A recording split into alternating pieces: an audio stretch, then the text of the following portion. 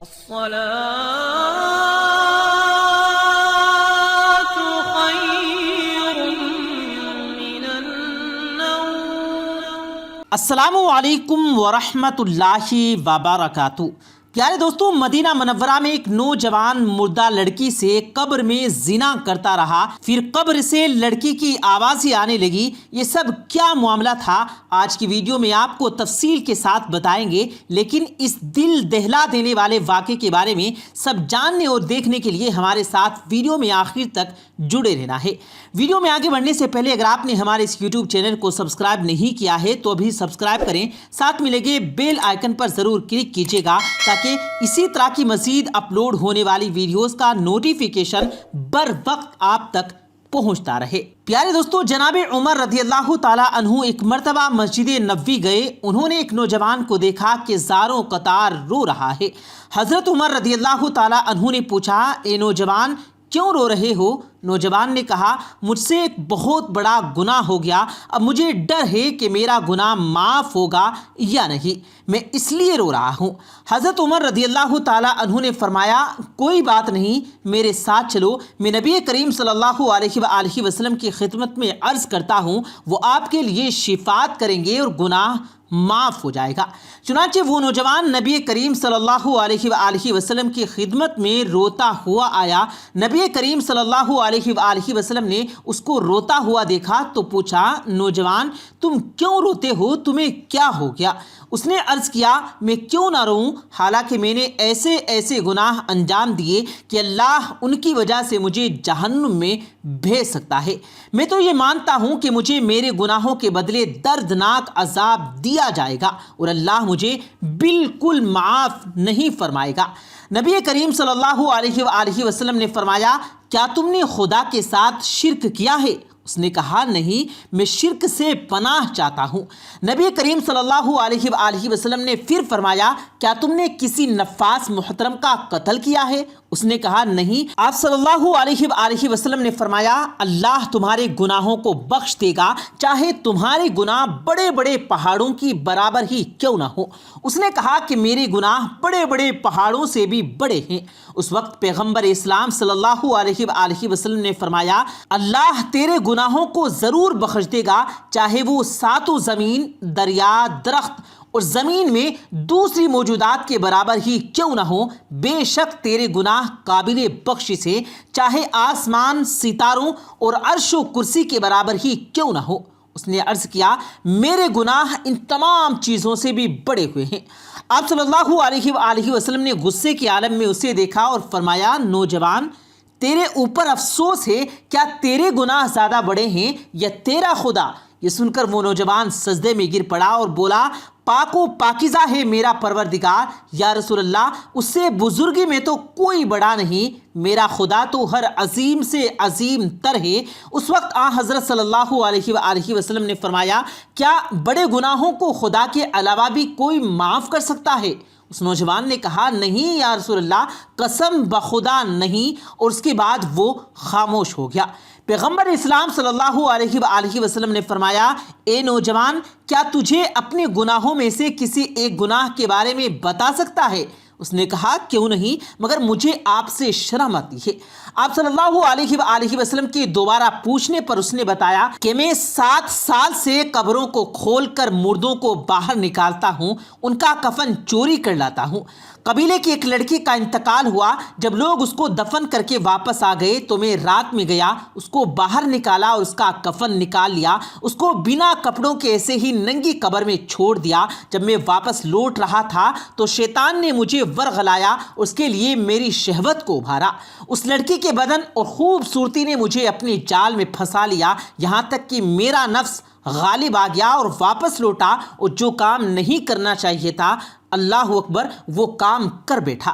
اس وقت گویا میں نے قبر سے اس لڑکی کی آواز سنی کہ اے نوجوان، قیامت کے دن اللہ کی طرف سے تجھ پر وعدہ ہو، جس دن مجھے اور تجھے اللہ کی بارگاہ میں پیش کیا جائے گا، ہائے تو نے مجھے مردوں کے درمیان ننگا کر دیا، مجھے قبر سے نکالا، میرا کفن لے چلا، مجھے جنابت کی حالت میں چھوڑ دیا، میں اسی حالت میں قیامت کے دن حاضر کی جاؤں گی، وائے ہو تجھ پر جہنم کی آگ۔ یہ سن کر پیغمبر اسلام صلی اللہ علیہ وآلہ وسلم نے بلند آواز میں پکارا، اے فاسق، یہاں سے دور چلا جا، تو جہنم کی آگ سے کتنا نزدیک ہے، یہاں سے دور چلا جا۔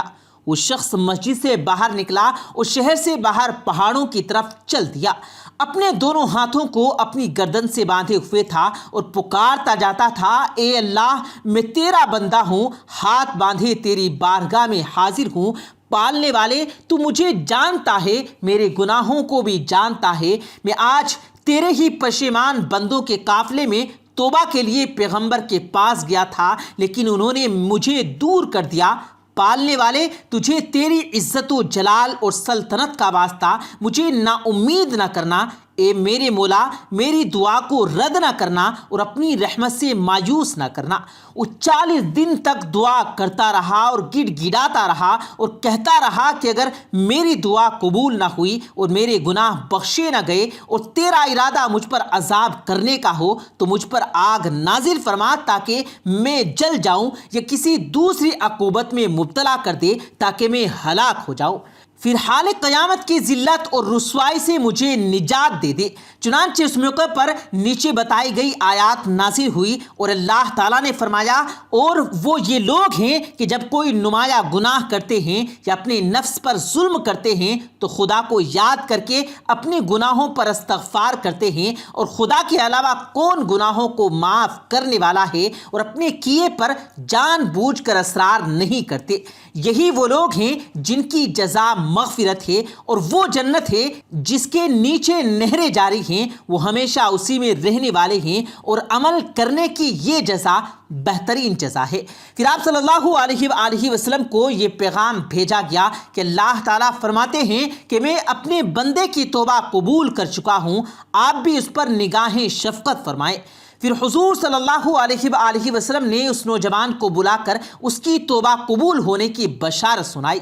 پیارے دوستو، اسی طرح کا ایک اور واقعہ ہم آپ کو سناتے ہیں۔ ایک بزرگ جن کا نام ابو اسحاق فزاری ہے، آپ فرماتے ہیں کہ ایک شخص اکثر ہماری محفل میں آیا کرتا تھا، اس کا آدھا چہرہ ہمیشہ چھپا رہتا۔ ایک مرتبہ میں نے اس سے دریافت کیا، تم اپنا آدھا چہرہ کیوں چھپا رہے ہو، اس کی کیا وجہ ہے، اس راز سے آگاہ کرو۔ اس نے کہا، اگر آپ امان عطا فرمائیں تو میں اپنا معاملہ بتاتا ہوں۔ میں نے کہا، بتاؤ اصل معاملہ کیا ہے۔ اجازت ملنے پر اس نے اپنی داستان اس طرح سنائی کہ میں کفن چور تھا، میں نے کئی قبروں سے کفن چرائے، جب بھی کسی نئی قبر کے بارے میں معلوم ہوتا تو میں فوراً وہاں پہنچ کر کفن چرا لیتا۔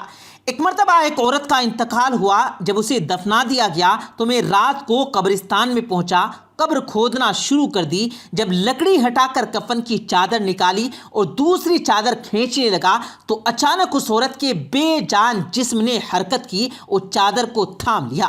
میں نے کہا، تمہارا کیا خیال ہے کہ تم مجھ پر غالب آ جاؤ گی؟ ایسا ہرگز نہیں ہو سکتا۔ یہ کہہ کر میں گھٹنوں کے بل بیٹھ گیا اور پورے زور سے کفن کھینچنے لگا۔ مری ہوئی عورت نے ایک زوردار تھپڑ میرے چہرے پر مارا۔ درد کی شدت سے میں بے قرار ہو گیا اور میرے چہرے پر بہت زیادہ جلن ہونے لگی۔ یہ کہہ کر اس کفن چور نے اپنے چہرے سے کپڑا ہٹایا تو اس کے گال پر انگلیوں کے وہ واضح نشان بالکل واضح تھے۔ میں نے کہا، اچھا پھر کیا ہوا؟ کہا، پھر میں نے چادر واپس اس عورت پر ڈال دی اور جلدی جلدی قبر پر مٹی ڈال کر برابر کر دیا اور پکا ارادہ کیا کہ جب تک زندہ رہوں گا کبھی بھی کفن نہیں چراؤں گا۔ اللہ میرے تمام گناہوں کو معاف فرمائے اور مجھے توبہ پر استقامت عطا فرمائے۔